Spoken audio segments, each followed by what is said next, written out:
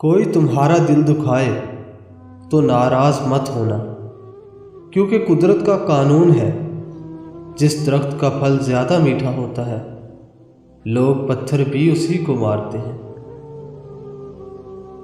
حضرت علی رضی اللہ تعالی عنہ نے فرمایا کہ غیبت کرنا کمزور آدمی کی آخری کوشش ہوتی ہے۔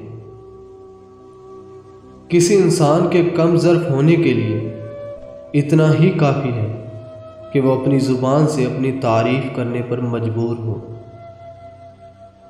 اگر تم پریشان ہو تو ماضی میں رہتے ہو، اگر فکر مند ہو تو مستقبل میں رہتے ہو، اور اگر سکھ چین سے ہو تو حال میں رہتے ہو۔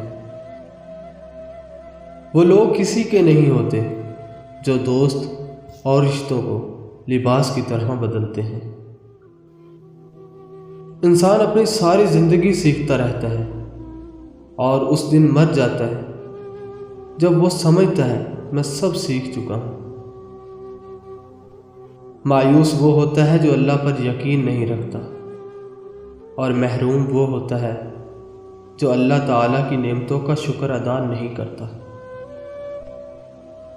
عورت کے چہرے پر تمام رنگ مرد کی وجہ سے آتے ہیں، پھر چاہے وہ خوشی کے ہوں یا غم کے۔ عورت جب ضد پر اتر آتی ہے تو کسی کا نفع نقصان نہیں سوچتی، یہاں تک کہ اپنا بھی نہیں۔